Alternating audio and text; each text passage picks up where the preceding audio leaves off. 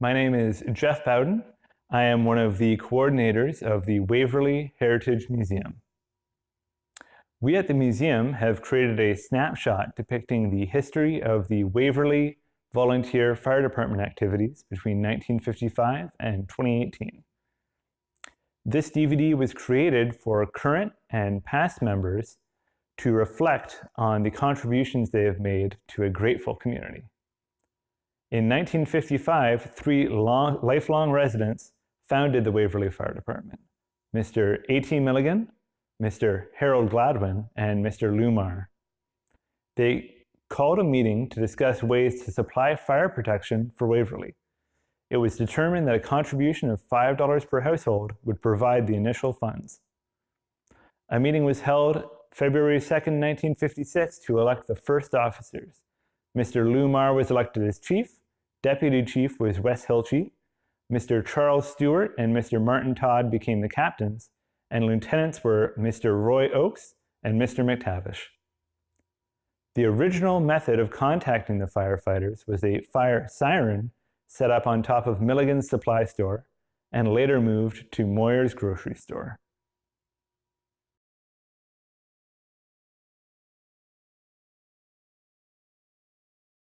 We used to rely on Bedford for any fire coverage in Waverley. And the house where we live now was the Wellner property. And Don Parnell and I were out like fishing. It must have been in May sometime or whatever. But anyways, we're out fishing out in Powdermill Lake, and we seen two columns of smoke coming up. And we rode like hell over to the shore, and we ran down to the house, which is on fire.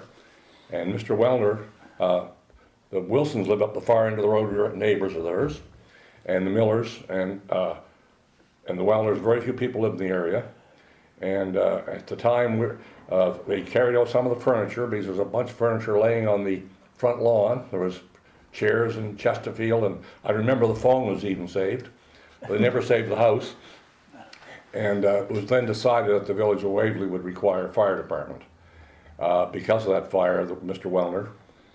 And they went around this guy that if they get $5 from every household, it'll help them buy any equipment.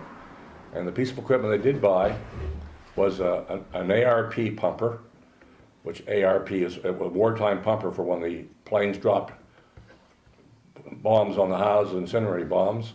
You have this little pumper and run around, put little fires out. Plus, they also bought a Jeep. And there wasn't much room in the Jeep, pretty uncomfortable. The ARP pumper, I can't remember if it had 2-3 inch outlets or whatever, and you had to hand crank it. If I remember, the first way to start with a crank, and after that Art Rand put a battery in it and a magneto starter, if I remember properly. So then we had to press a button and hope the battery wasn't dead. A bit of a miserable thing, we went to a fire one time in Windsor Junction, and I headed out there in the Jeep. We backed in the water. We had a hack and chop through the ice, and we put the ARP pumper in the hose, and we primed it. And of course, as soon as the cold water hit the really cold night, and as soon as the water hit the impeller, everything froze solid, and it stalled the motor. That was the end of our firefighting. So we stood there on the shore of Lake Shore watching the house burn to the ground. People in Windsor Junction were amused, and we were. We sat pretty bad about it, but we finally got a fire hall, and in 50, I can't remember, but in 56 or so, there was 30 members, and there was a waiting list to get a small village, 30 members, and their insurance would only cover 30 members, and when someone moved away, then someone filled that spot. Sir, do you remember some calls? We probably were. I know a few car accidents we were at, but yeah. Well, Horns. Joe Horn. Oh, no, that's, I get hauled over the coals for that. Joe company. Joe Horn was sort of a different type of person in the village, and they had a fire there, and I was looking after the rescue and salvage, and we put the fire out. I didn't want to go to check the building and see if anyone else in it. And then he walked out the door. Oh. He had been in bed. Oh, geez. the other scenario, some of the things we want to ask here is with your mom and dad running the store Right. and being the dispatchers or answering the fire phone. Yeah. And do you both remember much from that? Like, what I'm wondering is when they first set up, I presume they probably would just have a phone out because I don't know if they had a roof siren the whole time or if they would just probably call people on the phone. No, I think they had a siren. Yeah. Now, I don't know just where it was, whether it was there or over. Well, we're told it was on the store Yeah. Yeah, it was on the building. store. Yeah. because I'm pretty sure I saw in one of these books Up in the front. a note that they removed it from the store to the fire hall. Yeah, yeah, So, yeah. So it was a siren. yeah. Back into that. Ron might even, I know when you first joined, because I just went up and talked to Ron Smith the other day, because his wife was a Moyer, and the old store was beside the fire hall, Moyer's General Store. She was the first alarm operator, Rage Moyer and her both, her husband. And when you first joined, I think they All were they still had then was the siren on on the roof. yeah. Siren on the roof. Yeah, because there's an entry in one of those books seemed to say change location of roof siren to fire hall. I'm sure I read in one of those books. That was Because it was on the store, I think, and they put it over on the fire hall. on the roof. Does that sound right? That or she was able to operate it from the house, from the fire hall. Yeah. Yeah. I started using the phone lines then that they Yes. could get. Okay. Did you have a fire phone in your house? Fire You say? No. No, all we 'Cause just I remember- waited for the siren. Because I remember when I was a kid, a little kid, You did. my dad, Norman, he had a fire phone and a siren box in his house. And that was my job when the phone rang. Yeah. Mom would get out and answer the phone, take the information, and then she said, okay, ring the fire siren. And I was like 5 years old, and I used to count. 1, 2, 3, 10, and let it go. Great. Yeah, I remember spending a few summers doing radio, Yeah. Yes. answering this fire phone and doing Yeah. radio work. Yeah. Because they had the two ladies in the community looked after the fire phones when you called. Of course, they wanted the summers off, so they hired me to do it. That was a good experience. You mentioned that there's a logbook here, Vernon Burke on alarm operator duty. Yeah. And then I relieved him and then Gene back home at a certain time and, Yeah, that's right. Yeah. you know, So that would have been, there was you all know, kinds of those instances. probably 79, 80. Yeah. Yeah. Well, you'll see Couple it years. right from the first juniors that they'll say Dan McNaughton radio or Dave Wagner radio Yeah. or Yeah. a lot of times in those books. And they say, well, it kept going way up to the junior. You think back over the years how far it progressed along. A long time You know, ago. we started off with alarm operators, Joan Oaks, who just lived right there, Yeah. and Marilyn, Yeah. Hubbard, Marilyn Hubbard. Hubbard, and, yeah. and his wife, Jean, Yeah. had 3 operators, handling calls and that. I just took the antenna off my roof. That was my first installment in the fire department. And I walked in and somebody handed me a brush. Get underneath there and scrape that rust off of that. And that was the start of it. So, yeah, it was fun. My first helmet was a miner's helmet. I should have kept it. Is that right? Yep. Wow. Oh, and some of the coats we had Yeah. they were off the ark, Yeah. I'm sure, you know. Oh, even the gear we had as juniors wasn't much. No, and what the regular, or not the regulars, but the non-juniors had was just as bad, Yeah. if not worse. Yeah. That Coventry pump was purchased for mainly one thing, and that was Silverside subdivision and all the houses along that road. Yes. Because it had big skid plates underneath of it. Yeah. And they could slide it down the Yeah. bank into the river, or Yeah. the lake.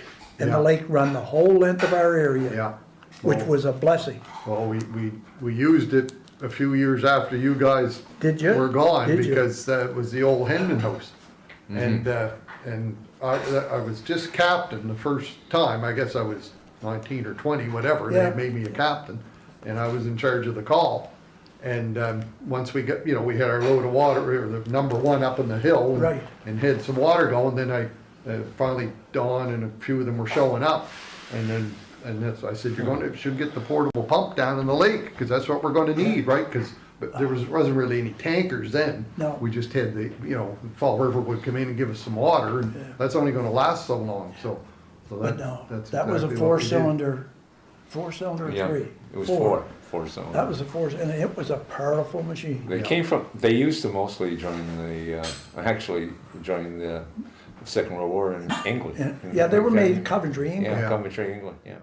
But everybody worked hard and had a lot of fun. And we went to a fire training session and down there by Dartmouth. I think it was around September, October 1958. And it was one of the first get-togethers of all the volunteer firemen in the area. And they went to a course. I can't remember the fire chief's name, it's McGilvery or something like that.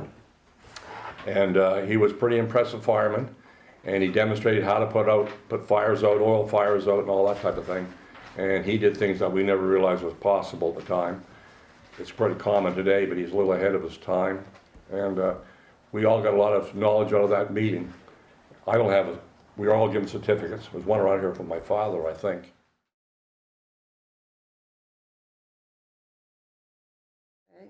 Do you remember roughly how many people were in it when you joined? Yeah, there's about, probably about 12. Okay, that's Around halfway. 12. I think the most we ever had was maybe 16 or something like that. Oh wow, that's still about half the fire department's numbers. Yeah, but we had people coming and going, like moving and moving in, and a lot of the women their husbands were in the fire department, Okay. or at least half of them. Yeah. Oh wow, that's a good percentage. Actually, that's what I was going to ask. Were they wives of the firefighters, or was it just people from it was the a community? mixture. So, Yeah, my husband wasn't in the fire department, but you were helping anyway. I was helping anyway. Yeah, it was all a good group. We were a real close knit group of women. No, that's great. Yeah. Yeah, I know that you guys threw a number of events for the different community people over the years. Oh God, yeah, we did many weddings, anniversaries, birthdays. Catered to, Yeah. Did a lot of catering. Did any stick out in your mind as one of your favorite ones? God, they were all good. It was like There was a little board that decided everything? Yeah, we talked. Okay. It was pretty well everybody. Okay, so we had regular meetings every Thursday nights. They used to be. Okay. We had it one night a week. One night a month was our meetings. Mm-hmm. Regular meetings. Yeah. And then if we had something coming up that we had to do little extra meetings, the executive usually got together. And, Yeah, the scrambling behind the scenes to make everything work. to do that. Yeah. And then usually one night a week, one Thursday a month, we did entertainment. Auxiliary and the role they play with the fire department. A lot. Well, they used to raise, a lot of money, and I remember they used to give us gifts every year. Yeah. Big time. That Ford truck there. Yeah, the rescue truck. That truck I have a picture of there. All their fundraising? Yeah, that's what Lily we- Wise was the president and grand poobah of that organization for I don't know how many years, but she guarded that money more so than her own. She would, every dime or nickel she did raise for the volunteer fire department, Yeah. she would. We had a fire, you could depend they were going to be there with food, hot drinks, they were absolutely tremendous. I mean, there's not too much you couldn't say too much about what they did for us. And a small group, they were always a small group, and 99% of them were firefighters' wives. Yeah. But she was the cornerstone. I guess sometimes they didn't like it because she wouldn't spend money. She wanted to save it, right? So she would give a gift once a year at our annual banquet. And it would always shock you how much she was able to raise, but she wouldn't let anybody spend it on her, on us. It would go, well, small community, look at the size of our Waverley to buy a fire truck. Was that just largely fundraising as well? It was a fundraiser for the firemen. Okay, and that was where most of the fundraising went straight to the fire department? Yes, it all went to them pretty well. okay. Yeah. And Now we did buy lots of pieces of equipment for them. oh yeah. And we bought the tables and chairs that were in the hall that we needed to do the functions, Okay. and a little bit of renovations every once in a while. Anyway, move away so and I then was come in the back. auxiliary for, I think it was 39 years. Yeah, it was close to 39 years. And I was president for a lot of those years. Okay. And a secretary for a couple of years. Lily was always our treasurer. Okay. She was treasurer from day one. And she was very good at keeping the books. If she was out by a penny, she'd search till she found it. That was just Lily. That's a good thing work to put ethic, in though. there for Lily, yeah. We used to tease her, Lily, it's only a penny. No, I want my books to add up. And she'd find it. But no, every year she got voted in to be the treasurer. Nobody wanted to take it from her. She was too good at it, Well, that's the thing. Once you've gotten so good at the job, no one thinks they can step up. Yeah. You guys definitely work closely with the fire department, but do you remember any other community groups that you guys had relationships with? Well, we did, was it Girl Guides? Okay, nice. We let them use the facility for, I don't know how long, for, anything that they wanted. They became our, our sponsor, or we were a sponsor to them. Oh, nice. Because when they went to other places, they'd have to rent it. So we said, well, all right, we'll take them under our, and when they need the hall, we'll let them, because the hall was a money-making hall. It made its own money, so, we had a fee to charge when people used the hall. But waived it for the Girl Guides and whatnot. Yeah, and that covered some of the expenses and things that we had to buy for the hall, too. The Ladies Auxiliary, what were your guys' duties and whatnot? Well, mainly just catering and to raise money for the firemen. And when they had fires, years ago, we used to always make sandwiches and sweets and stuff, and took them when they had a long fire or, a fire that Takes time. takes time. We went through different meals and that, so, yeah. We Okay, used that's to, good. That's the extra Yeah. added support that must have really And that made was another thing to have to organize and get ready. Call everybody for, can you bring this sandwich, you bring that. And then we'd all go down to the hall, or sometimes we'd go down to the hall and make them there. Okay. And then take them to their fire site. Do you remember anything that was really like a crowning moment for where you guys were helping out, or just you really felt like No, we just helped out a lot of things. I know the firemen still will help families if they're in need, and I know they put a family that house burned down, and they put them up in the hotel for a while until they got organized, stuff like that. Nice. Just into that. Yeah, so you guys were basically taking care of all of the needs of the social outreach groups. Yeah. Oh yeah, and Christmas time, we always picked families, and we bought gifts for the kids and full turkey dinners and stuff for families. That's great. Fireman's Fair was a big commitment because Yeah. we were doing food all weekend. We did fries and hamburgers, and and renting all the stuff, the equipment, and getting it there and getting it. It was a lot of work. Cleaned up Geez, now afterwards. you bring back memories of all the work that we did that you couldn't get anybody to do it now. Yeah, I've seen some of the pictures of the old events though, and Yeah, those. you had to build the booze and Yeah. fill them in, and rain or shine, you went with it. It took some work, but God, did it ever look like they turned out nicely. It did. It always turned out good because people were really committed then. Probably anywhere from 5 to 10 years now.